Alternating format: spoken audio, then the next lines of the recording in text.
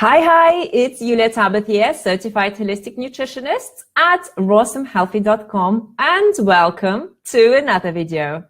Today, we are going to be talking about keto diet and how it can literally ruin your health and ruin the health of your hormones.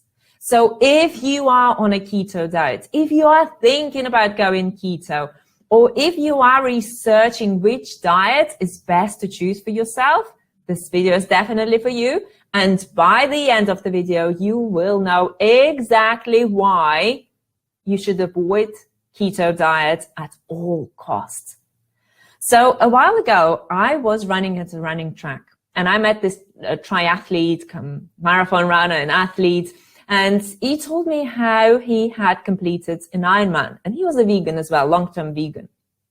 Now, as it happens with athletes, when we compete in races, we need certain time for recovery, and especially if it's your first Ironman, which is a pretty intense type of endurance race to do, you need a bit of time to recover. So he put on weight because he wasn't training, hardly any training, and obviously eating his regular calories. So he put on weight and he said that I'm going to do a keto diet, the vegan version of the keto diet. And I went, do not do the keto diet. Okay, so in case if you don't know what it is, I'm sure you do, but let me talk about it still. So a keto diet is when your body enters a state known as ketosis, which is basically starvation. Now, a keto diet mimics starvation. So it's not that you are starving, you're still eating your regular calories, but you are eating a very high fat diet. So in case of a keto diet, you severely restrict your carbohydrates, and some keto promoters will even advise people to avoid all carbohydrates. So a keto diet will have about 70 to 80% of your total daily calories from fat. 70 to 80% of your total daily calories from fat. And just to give you an example, when you consume a standard Western diet, your total daily calories will be at about 35%. And for the last 9 years of me following a high carbohydrate and low fat, mostly raw vegan diet, my fat percentage has been at 10%. So just to put things into perspective. So eating 70 to 80% of your calories from fat can lead to a lot of health challenges, can lead to serious health complications long term.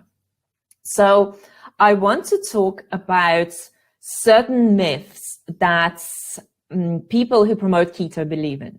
And the first myth is that insulin is a fat storage hormone.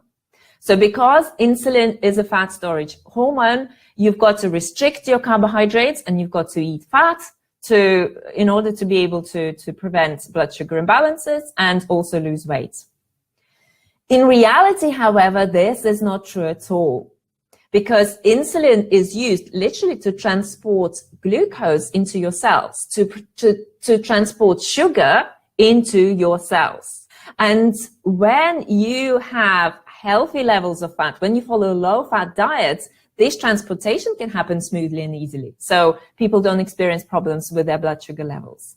But when you have a lot of fat in your diet, and you have carbs in your diet, this is where people can start experiencing problems with their blood sugar levels. So when people go on a keto diet and they say, well, yeah, you know, my blood sugar levels have lowered and I have seen improvements and I've lost some weight. Well, yes, short term, it is possible. Long term, it's going to lead to serious health challenges. Another myth is that on a keto diet is that we are not carbohydrate eaters. So eating carbohydrates is non-essential for us, and it's something that is our choice. We can eat carbohydrates if we want to, and then we can live without carbohydrates as well. Well, technically, our body can survive without carbohydrates, just barely. It's a survival mechanism. So in nature, if we didn't have carbs available and we are primarily carbohydrate eaters, this is what our physiology shows, and this is what science proves as well. If there aren't enough carbs available, our body can go into a state of ketosis, but this is a survival mechanism. It's not there to help us thrive. And there's a big difference. So when you start restricting your carbohydrates, this is where you can start experiencing serious health issues.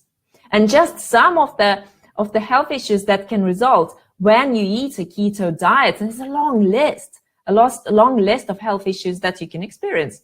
Osteoporosis, problems with gut and digestion, candida, blood sugar imbalances, depression, cravings, constant cravings for sugar. I mean, who wants to live and experience cravings all the time?